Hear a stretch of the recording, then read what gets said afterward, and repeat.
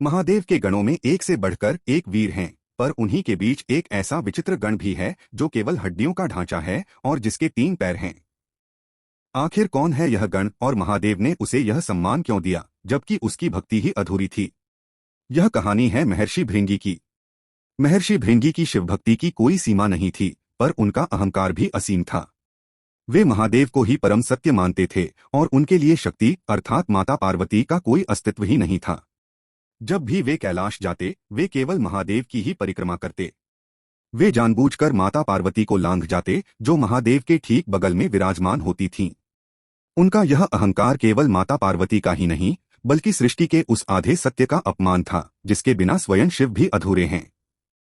माता पार्वती ने उन्हें कई बार समझाने का प्रयास किया, पर भृंगी का हठ नहीं टूटा। तब उन्हें परम सत्य का पाठ पढ़ाने के लिए महादेव और माता पार्वती ने एक लीला रची। वे दोनों एक दूसरे में विलीन हो गए और अर्धनारीश्वर का दिव्य स्वरूप धारण किया, आधा शरीर शिव का, आधा शक्ति का।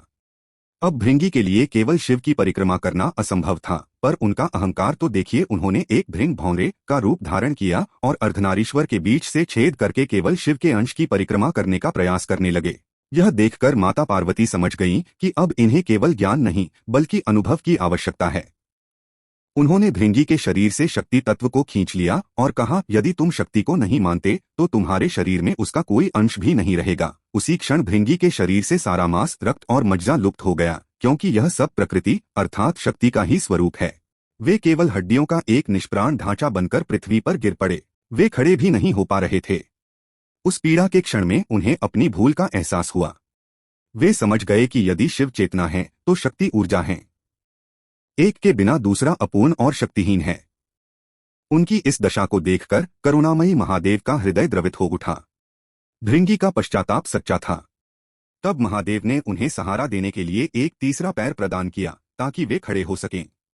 और उन्हें केवल क्षमा ही नहीं किया, बल्कि अपने प्रमुख गणों में स्थान भी दिया, क्योंकि महादेव चाहते थे कि भृंगी का यह 3 पैरों वाला अस्थिपंजर स्वरूप पूरे ब्रह्मांड के लिए एक जीवंत पाठ बन जाए, जो हर क्षण यह स्मरण कराए कि शिव और शक्ति अलग नहीं हैं। जो केवल एक की ही पूजा करता है, उसकी भक्ति भृंगी की भांति ही अधूरी और लंगड़ी है। उस अर्धनारीश्वर के सम्मान में जो आधे होकर भी एक हैं। कमेंट्स में हर हर महादेव अवश्य लिखें।